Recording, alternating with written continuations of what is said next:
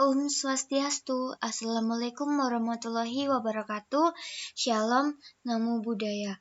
Perkenalkan, saya Adila Rusta Devi dengan NIM 1913081006, saya dari 5A Kimia.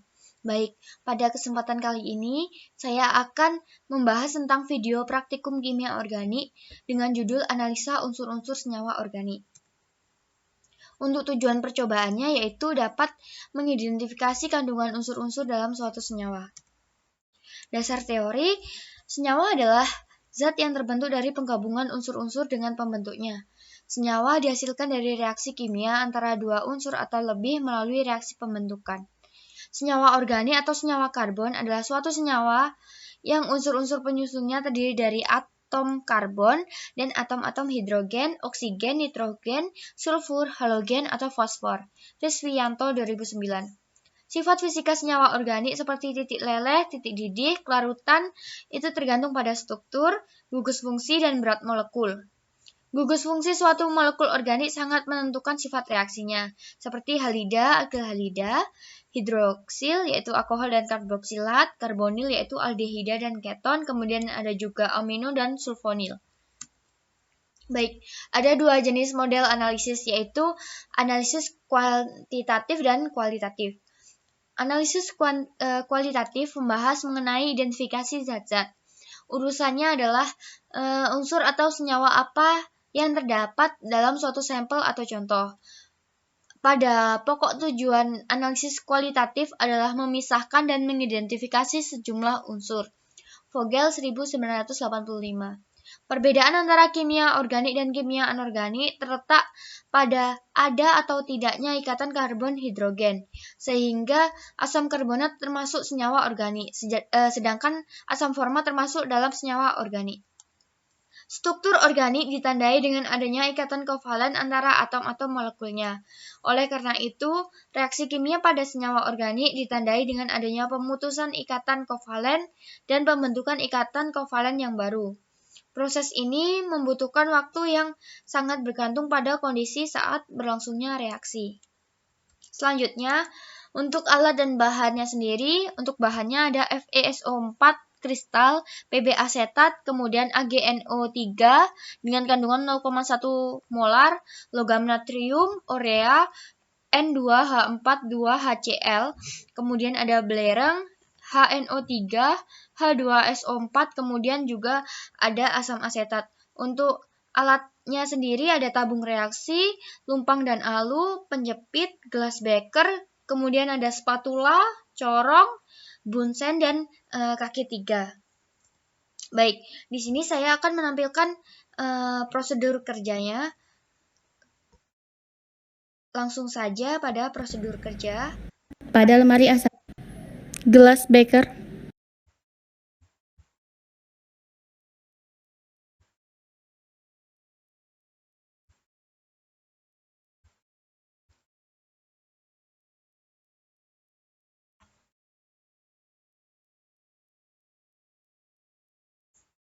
Baik, untuk yang pertama, terlebih dahulu sampel dipreparasi dicampurkan senyawa yang mengandung unsur S, N, dan halogen. Sebelum memulai uji dipreparasi, yaitu dengan mencampurkan sampel urea N2H42HCl dan belerang dengan perbandingan 1:10 dan digerus hingga homogen.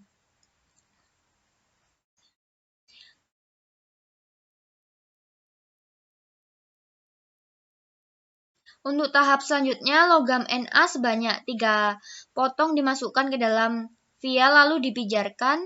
Yang perlu diperhatikan dalam pengerjaan logam Na ini harus berhati-hati, jangan sampai ada air yang memicu logam Na untuk bereaksi dan menimbulkan ledakan.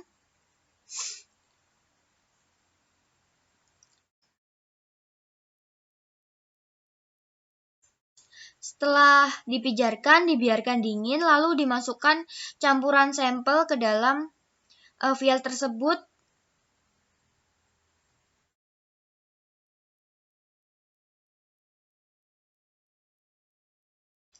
Kemudian dipijarkan kembali dengan api.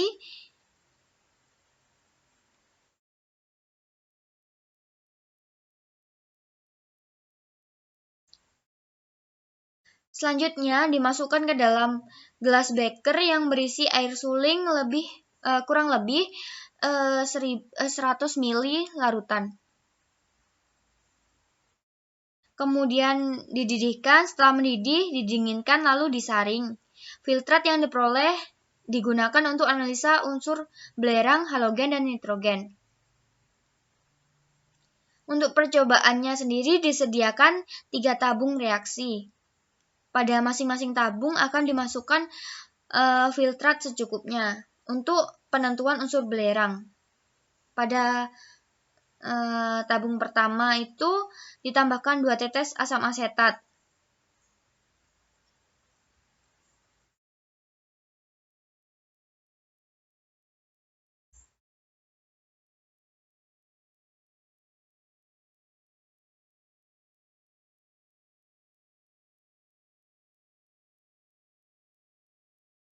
Baik, selanjutnya tambahkan lagi 2 tetes larutan PB asetat.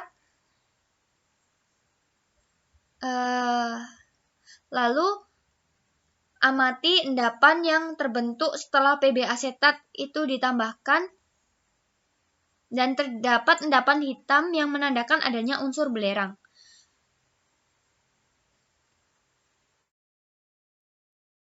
Dapat dilihat. Baik, di sini ada penentuan unsur halogen. Pada penentuan unsur halogen tabung kedua ini ditambahkan beberapa tetes HNO3.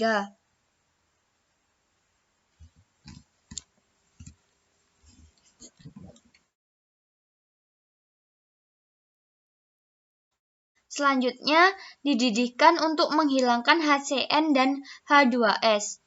Selanjutnya ditambahkan lagi 2 tetes AgNO3 0,1 N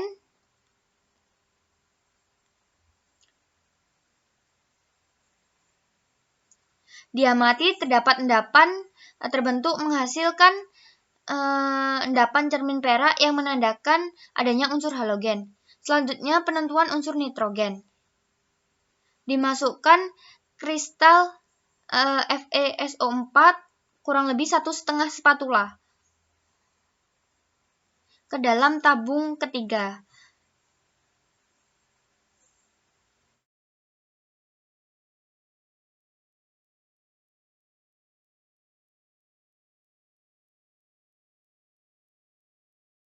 Dapat diamati, selanjutnya dipanaskan di atas penangas air hingga mendidih.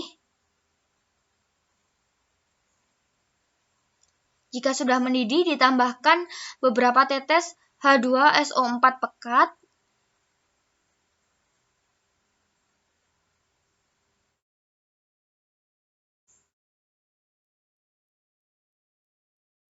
Dan selanjutnya dipanaskan kembali. Setelah dipanaskan, maka akan terbentuk endapan.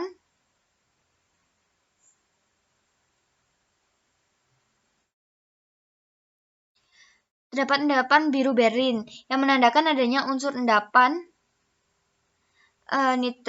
nitrogen.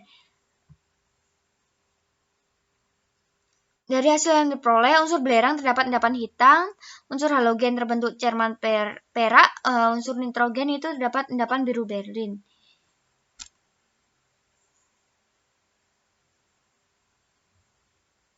Untuk selanjutnya akan direaksikan dengan pereaksi ionik dan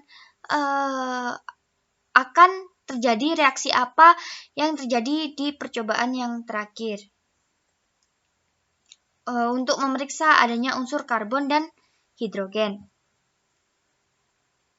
Baik, di sini pada cawan penguapan akan dimasukkan kurang lebih 2 gram gula pasir. Nah, akan membentuk suatu karamel. Untuk menentukan adanya unsur karbon dan hidrogen, maka dilakukan uji uap menggunakan CaOH 2 kali. Hasil menunjukkan larutan menjadi keruh dan terdapat uap air pada dinding-dinding tabung. Dapat dilihat.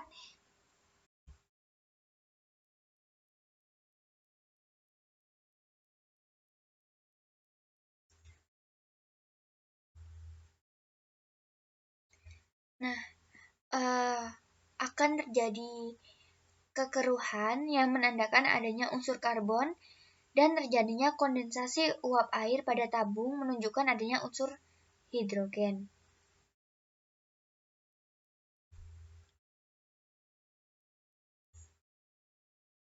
Dapat diamati. Baik, sekian yang dapat saya sampaikan pada prosedur kerja. Langsung saja yang selanjutnya untuk hasil dan pembahasan. Untuk analisis unsur karbon dan hidrogen. Untuk perlakuannya pertama yaitu mengamati perubahan dalam tabung reaksi yang berisi larutan kapur. Untuk hasil pengamatan, dinding tabung terdapat uap, kemudian larutan kapur berubah menjadi keruh. Untuk perlakuan yang kedua yaitu mengamati perubahan dalam tabung reaksi bubuk CuO plus gula. Untuk hasil pengamatan, gula berwarna hitam terbentuk gas yang dikeluarkan melalui pipa bengkok ke tabung reaksi yang berisi larutan kapur. Selanjutnya, untuk pembahasan, untuk menguji adanya unsur karbon dan hidrogen dalam gula, dilakukan percobaan dengan memanaskan CuO dan gula, lalu dihasilkan gas yang mengalir keluar ke dalam tabung reaksi, akan berisi larutan kapur yang berubah warna menjadi keruh, serta adanya uap air pada dinding tabung. Ini disebabkan karena reaksi yang dihasilkan oleh campuran di atas adalah CO2 dan H2O. Karbon yang terdapat dalam senyawa teroksidasi menjadi gas CO2 sehingga mengubah larutan kapur menjadi susu.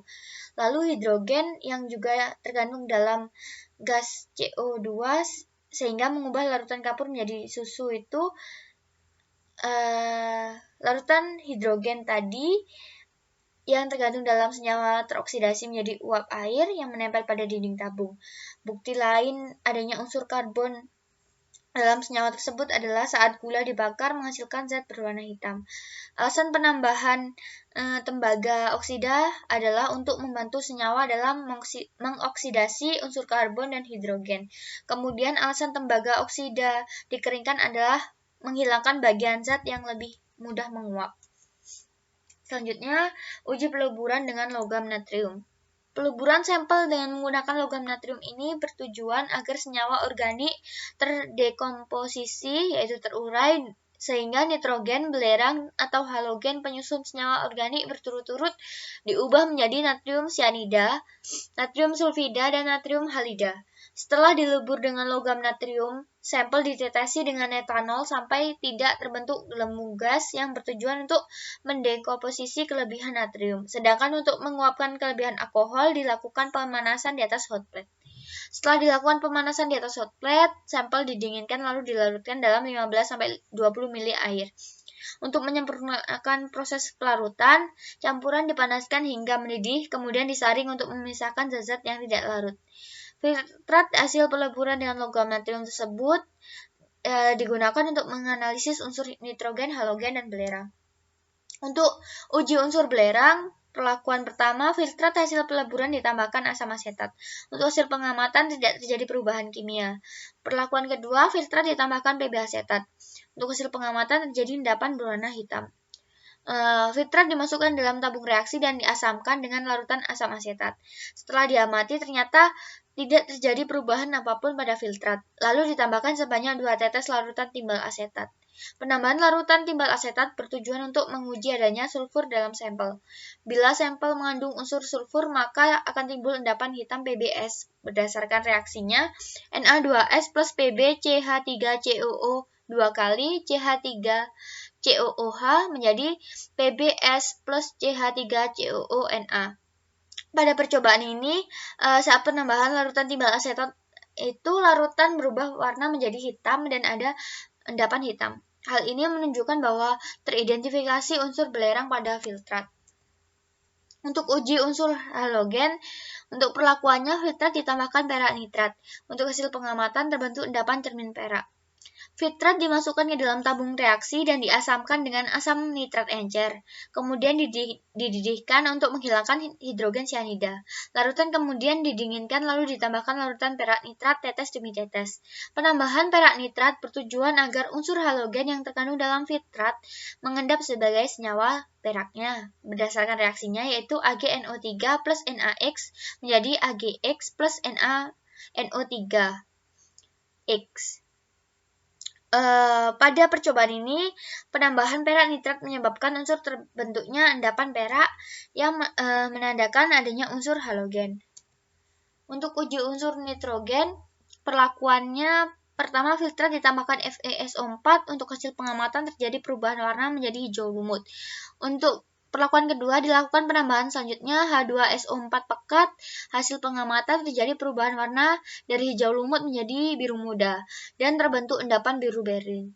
Pada uji unsur nitrogen, filtrat ditambahkan FeSO4 jenuh lalu dididihkan dan diamati larutan berubah menjadi warna hijau lumut dan kemudian didinginkan sehingga membentuk endapan sedikit berwarna kuning. Setelah itu ditambahkan beberapa tetes larutan H2SO4 dan larutan berubah menjadi warna biru Prussian, lalu dipanaskan sehingga membentuk endapan berwarna biru berlin. Pada reaksi berwarna biru berlin menandakan adanya unsur nitrogen pada filtrat tersebut. Dengan persamaan reaksi 18Cn- plus 3Fe2 plus 4Fe3 menjadi Fe4FeCN3 kali. Untuk kesimpulannya sendiri dari video yang telah dilihat, pada percobaan uji karbon dan hidrogen pada sukrosa teridentifikasi senyawa CO2 dan H2O. Adanya CO2 dibuktikan dengan keruhnya air kapur, sedangkan adanya H2O dibuktikan dengan terbentuknya uap air. Unsur belerang teridentifikasi dengan adanya endapan hitam saat ditambahkan Pb asetat. Untuk unsur halogen teridentifikasi dengan terbentuknya endapan perak nitrat saat penambahan perak nitrat. Untuk unsur nitrogen teridentifikasi dengan terbentuknya endapan biru berlin saat penambahan H2SO4. Baik, untuk daftar pustakanya sudah saya cantumkan. Baik, sekian yang dapat saya sampaikan. Terima kasih. Akan saya tutup. Om Santi Santi.